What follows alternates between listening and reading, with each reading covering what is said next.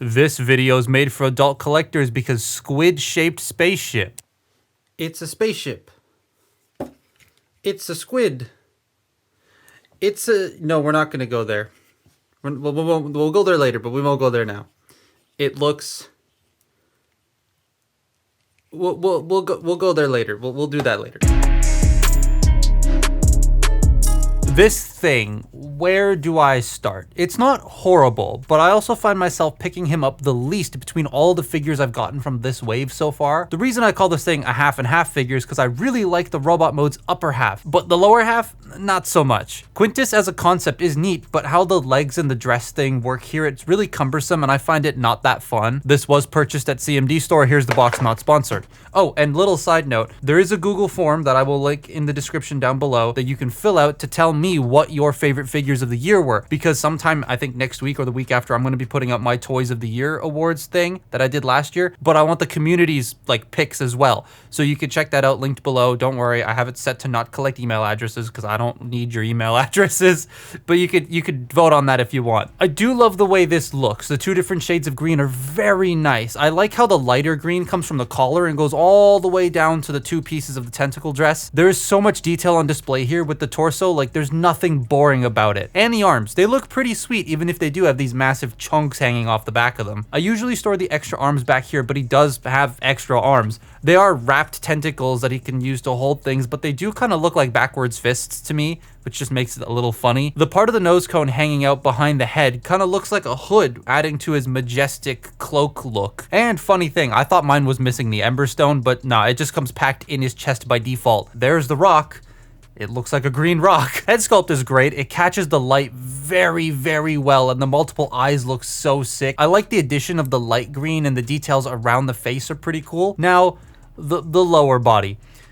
I like the concept, but the way it was executed is a little weird. A little too weird for me. The plastic is a soft material, probably because of safety, because this thing has a lot of pointy ends. We can't have little Timmy poking his eye out. But the plastic it's made out of swallows a lot of the detail. But if you get light behind it, good lord, it shines so damn well. My biggest issue stems from how the skirt thing moves. There is one hinge at the top for each segment, and that means when you get him into a pose, it just sticks out. It sticks out so far, it's very strange.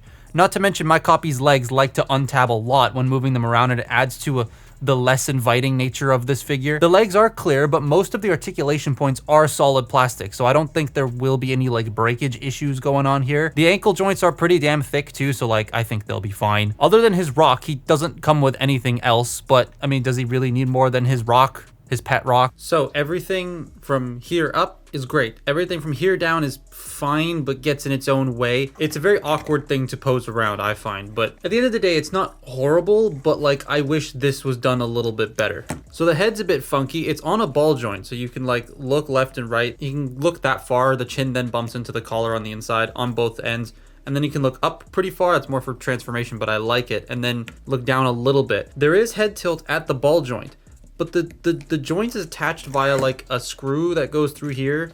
If I can show you, it's that screw right there that holds the ball joint into place. So you get a bit more tilt because that thing moves, which I think is pretty neat. It's unintentional, it feels unintentional, but like I like that. The shoulders, they can do a full 360. They are very stiff on my copy. They can go out that far. Then they can go out even further, again for transformation, but I do like that. You do have a bicep rotation.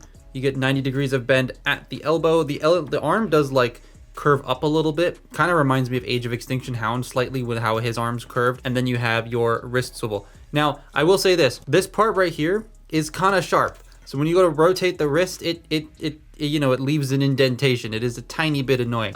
These arms, they've got a hinge right here and then a hinge right here. So you can flip them this way if you want them to look like that. You can leave them like this. You can have them out, in, whatever. They do have blast effect pegs on them, so you can do that. And they are 5mm holes, so you can put literally anything in there. Do I have a 5mm? I do have a 5mm weapon. Haha. You can take Titan's Return Perceptor's gun and give it to that arm if you want to. So he can General Grievous, which is cool. He does have a waist joint and it is uninhibited. And I was kind of scared that this whole assembly would be attached to the upper body, but no, it is not. Thank God.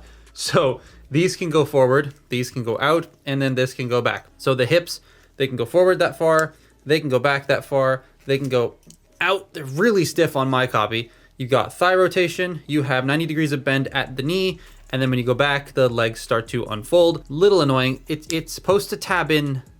There's a slot right here that tabs into a section there, and then there's this bit right here that goes into that. And they don't have a lot of grip. They don't snap or anything. They just sort of sit in place. And so you're like, oh, I want to bend the knee, and now it's coming apart. It's a little unfortunate. I wish they had a bit more of a solid click. However, this is a clear peg, so I don't know if that would break off over time if it had a more solid click. But then you also have ankle tilt, and then the feet can go down. That's for transformation, but they can go down. And he's got 5mm ports on his feet. The hip skirt thing here, right? Like I said, I wish there was a hinge right here to allow this to then bend down. So when you had the leg forward, right, you could then bend this over the leg and have it not sticking out like that. Again, all I'd want is for them to somehow change how the lower body skirt is done. I know some people won't have issue with it, and that's completely fine. Just personally though, I don't vibe with it. The transformation too, the lower body doesn't cause any issue. It just doesn't change much. It's a very simple transformation to do. Like, it's not hard, and it is kind of fun. I love the way the upper body like forms the front of the ship and how he just becomes longer, like much longer. And then there's like an option thing you can do with these arms that they mentioned in the instructions, which I think is neat. So to start with, we're going to take the head and push it up just like that. Then you want to take these sections here in the arms, and they will double hinge down. Now these are not pinned in, they're clipped into place. And so every once in a while, it's not going to do it now because the camera's on, but every once in a while this will detach or this will detach, like just come right off. And it's a tiny bit annoying, but it only happens maybe 1 out of 10 times, so it's not a huge deal to me. Then you fold these up, and then this little tab on the shoulder will go into that slot there. Then you bring the arm around and you sort of bend it inward at the elbow. So you do that on both sides, and then you peg this together, and that creates the nose cone of the ship, which I think is really cool. It's also like the top of a squid, kind of. Now, these arms, you want to bring them forward, and they will tab into slots in the chest. Now once you have that done, you rotate that 180 degrees, flip up all of the hip skirts just to get them out of the way. The legs, you want to take this section here and accordion it up, and then bring this panel back here. It's going to lock into the back of the thigh, keeping this straight. This piece is going to just sort of wedge itself in that gap in the crotch. Then you fold the foot down. It's a pretty fun little way of getting these legs to lock in. I do like doing this step. However, going back into robot mode, right, you get all this done. Getting these unpegged requires a little bit of force on my copy, and that is a clear peg. So that's like a tiny bit scary, but we'll see how that holds up in the long run, though I don't see myself messing with this quite often. Now you want to take these two little ports. They're going to go into two little tabs underneath that. And then same on the top, there's on the top of the legs, and then you fold these down, and there you have his spaceship mode, I guess. These are a little loose, and they do droop. They do droop, and because of how they're like, you can see better there how squashed they are. They sit weird. Not to mention that like these are asymmetric, right? This is one solid piece, but these are not asymmetric of sorts. They're the same piece, just like put on either side so they look asymmetric from the front, but because of that, one does naturally sit higher than the other, and it just looks strange to me. I'm not a huge fan of that. I love this front part. That's phallic. I'm just gonna get that out of the way right now. But he turns into a spaceship squid sort of thing. Honestly, it looks kind of neat, though. Yeah, the back looks about the same as it did in robot mode, other than the feet tucking away a little bit more, but here it makes sense because squid tentacles. It is long as hell too. Like, this ship is massive. The cockpit can open, which is neat, even though it is just to get the stone in and out, but I do like the fact that it does do that. I also vibe with the new details on the front here.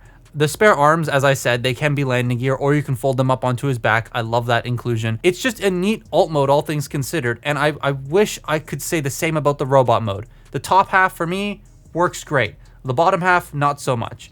In the end though, for me, he's going on a flight stand behind the primes, but I still kind of wish it could get out of the way a bit more. I'd honestly only recommend this guy if you were collecting the primes. Otherwise, this wave has some much nicer standalone figures for the same price that honestly, they all feel like better pickups to me over this. Maybe other than Jalopy, but that's simply because I don't own him, so I can't really comment. But that's my look at Quintus Prime. Follow me on Twitter and Instagram, and I'll see you next time. Bye-bye.